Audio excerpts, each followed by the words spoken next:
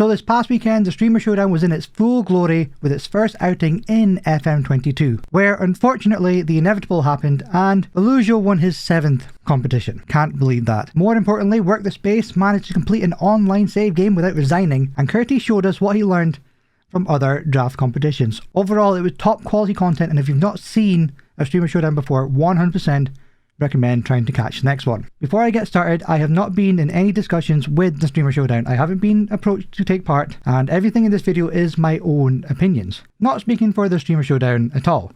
So if there's anything in this video that you agree with, let me know in the comments. And if you disagree, also let me know in the comments. Let's have that discussion down there. And while you're down there, make sure you hit the like button, subscribe to the channel, all that good stuff as well. So Loki also did a video recently where he talked about the Football Manager draft scene. And he gave his opinion on the Streamer Showdown, but he's not interested in draft mode. Hopefully his video will get rid of all the questions of why he's not involved, but I thought he talked more about the business side of it. Obviously being a larger creator, he's got more insight into all that. Myself, being a smaller creator, I have some slightly different views which I thought might be interesting to share. So the Football Manager draft scene has got super popular over the last couple of iterations. And you can see that by the amount of creators taking part in all these different competitions. And it's a lot of fun to see all these guys go head to head to see who can outdo the other. But sometimes I think it's forgotten that Football Manager is not an e-sport.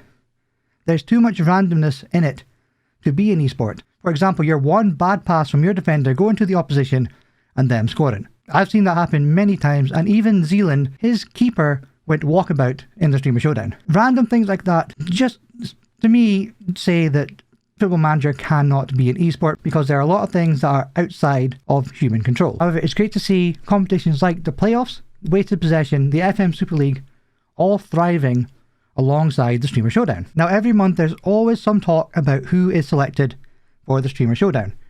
And I'm sure Ben gets pretty tired of answering these similar questions every time a new lineup is announced. And their common themes are you're not giving small streamers a chance, it's the same people every single time, and there's no diversity. And I'm going to cover all three of those aspects one by one and give my opinions on each of them. So small streamers, Ben has often said, what is a small streamer? I think that's a bit of a cop-out answer. He knows what a small streamer is. It's a streamer that's not getting the same amount of viewers. Does it mean being a small streamer is not an insult? I class myself as a small streamer. It just means you're not getting the bigger views that the larger content creators are getting. That's the only difference. However, that is not the important thing. The main reasons the smaller streamers aren't in it is because of the quality, the content, what the streamer will provide to the Streamer Showdown, and if they're entertaining. The Streamer Showdown is not there to give smaller streamers a break. It's not there to showcase a smaller streamer. You have to earn the call-up. The Showdown is an entertainment product first, competition second. Could you imagine the uproar if another esports competition such as Call of Duty, where all the players practice with their certain loadouts and then they pick their loadouts and then suddenly they're swapped out? Could you imagine the uproar? In the Football Manager community, there was a bit of uproar, but it was done in the name of content. Look at the reactions that the streamers got. Look at the reactions that the streamers had. You know, it's now getting put on t-shirts. It's getting hung in the Louvre. It was brilliant content and caused so much drama and so much talking. That's what you want from these entertainment shows. And if you're a small streamer, you have to be able to provide something to it. You can't just be a part of it. You have to add something to that mix. Which leads into why it's often the same people involved. The reason they're involved is because they're the best currently doing it. Those guys are the best currently streaming Football Manager. They can also be relied upon. They have been there, they've done it. They've been through the entire process, they know what to expect if things go wrong, and they can handle the pressure, which I think is something that is overlooked. If you're taking part in any competition, you've got to handle the stream, you've got to handle being part of the game in the competition, you've got to handle hostile chats, potentially having 3 or 4 times the amount of viewers. That's a lot of pressure and additional focus on a streamer that might not be used to it. For example, look what happens when Zealand raids people with hundreds of people. I know when I got my first raid from Zealand, I was so excited, over the moon. And that's why he loves to do it. But I lost the stream. I lost control of the stream. It took until Zealand's mombot, to say, what's your save about? Explain what you're doing. to me actually talk about my Football Manager save that I was doing to these hundreds of people that probably left because it's like, oh, well, this guy's just, he's just excited. He's not providing us any content to do with Football Manager. You've got to be able to handle that. You've got to be able to handle hostile chat, even the Twitter side of it. If you're announced in the Streamer Showdown, you're going to get a lot more Twitter interactions. You're going to have to handle the banter between everybody. It's a lot of pressure being part of a Streamer Showdown. And at the end of the day, the responsibility of Ben, of Nerdphonic, whoever's picking these guys to be in these competitions, to look after the welfare of the streamers. They can't just pick somebody saying, here you go, drop in the competition. They can't just drop somebody in it. They've got to make sure they're prepared, they can handle it, because it doesn't look good on the Streamer Showdown if they have a streamer that's going to fail. That's not a good look for them. That's not what they want. They want people to thrive, so they make sure they pick people that can thrive. And yet, despite all this, they still add 1 or 2 new faces almost every iteration. They just do it at the right time. When they add somebody new to the Streamer Showdown, they already have well-established members who have been through many showdowns before to guide the newbies, to answer any questions, to help them along. I think that's the best way to add new people into the showdown. Filter them in, not a whole bunch of new people at the same time. Now let's talk about the diversity of the competitors in the Streamer Showdown. I think this is going out on a limb. I think it might ruffle some feathers, but I think the Streamer Showdown are actually doing a very good job. I've seen tweets complaining about it, but I think that's really unfair. The Streamer Showdown has had diversity before. If we're thinking about race, they've had Diz, they've had Manny, they've had Niran, FNG. If we're thinking about gender, they've already had Kimmy involved. They're already doing it. I think what the issue really comes down to is there's not that many diverse competitors they can pick from that tick all the boxes. And I bet one of the boxes for picking somebody, one of the criteria that they have, is not diversity. And I also think the people that fit into that category would rather be selected on merit rather than a box ticking exercise. I would absolutely hate it if I was selected because I'm deaf. It's like, what's the point? Be selected because you're worthy, because they want you, rather than have you fit this criteria, you fit the diversity panel. What's the point of that? While the Streamer Showdown's not there to boost or showcase new streamers, it's such an accomplishment to be selected to take part. It's kind of a marker. Kind of the way I've looked at it is, I'm doing something right if I get the call up. You're getting noticed, you're doing something right, you're entertaining, you've earned that call up. It would just be so disheartening to find out that you only got that call up because you ticked, a race box, a gender box, a disability box.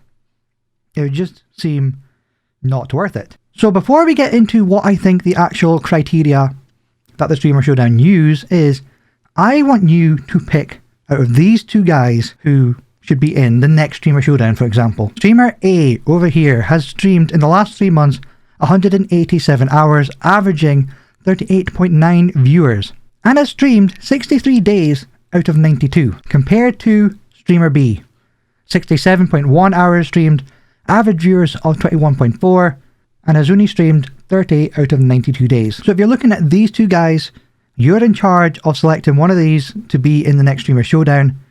Who are you picking? You're looking at the most consistent guy. Obviously, Streamer A has that. 63 out of 92. Streamed on more days, has more average viewers. Double the amount of time streaming essentially, but more than double the amount of hours.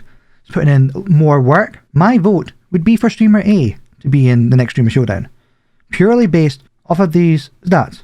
And you can get these stats from twitchtracker.com. And by the way, the Streamer A is Tony Jameson FM. I'm a big fan of Tony. He's a brilliant streamer. He's doing some amazing work. Streamer B is me. And you can see, so this is part of my mentality when I'm looking at who should be in the Streamer Showdown. Yes, I'm a small streamer. There's other small streamers around, but there's going to be somebody else out there that potentially deserves it more than you. So if we look at the criteria, you need to be streaming Football Manager. You need to be consistent. You need to be entertaining. You need people to enjoy watching your content. But on top of that, if you look at the production values of the Streamer Showdown, you need a good looking stream, you need a camera, and you need your audio to be good. You need those production values alongside good content. And you may hit all of those. I think I hit all of those. But you've got to then look at the Football Manager community as a whole. The bar has been raised so much. There's going to be somebody else there that probably deserves it more than you. This is my example here. Tony Jameson, absolutely killing it. And you can see why. All the key metrics, he's beating me in. Of course he deserves it more than me. And it's not just Tony. Loads of people are doing better than me. This is not a thing saying I should be in it. This is an example of how I've changed my mindset. Because yeah, one time ago I've looked at Streamer Showdown saying, why am I not getting contacted? I should be in there. You've got to turn that focus inwards. Try and improve yourself, work on your own stream, and it will get noticed. And just to drop a couple other names, I don't think diversity is going to be an issue in a couple months' time. You've got FM Girl, who does the amazing 433 comic. She's started streaming, and she's doing a lot of streaming. Holly Plays has also started streaming. RDF streams, and when he streams, he's absolutely killing it. He just needs to be more consistent, and he will 100% be a potential entry into the Streamer Showdown. You've got to look at yourself first before you can look at others. Improve yourself, improve your content. That's the only thing that you can change. You can't force yourself into the Streamer Showdown, but you can force yourself to get better. And when you start getting better, 100% people are going to notice. And Ben will either notice or it will get fed back to him. So I guess my overall opinion of the Streamer Showdown selection is they've got it right every single time so far. I've really enjoyed the content that they're putting out, including all the competitors are in it. Trust the process. Trust that they know what they're doing. They've not let us down so far. So let's just keep trusting them. And if you do want to be in it, just keep working on your own streams. Put all that focus on yourself. You'll get noticed. And eventually, hopefully, one day, we'll all get a call up to the Streamer Showdown. Anyway guys, I hope you enjoyed this video. If you agree with anything that I've said, let me know in the comments. And if you disagree as well, let's have that discussion. You know, these are all my own opinions. You might have a different opinion. It's all good. Let's have that discussion. Anyway, hope you enjoyed this video. Take care and cheerio!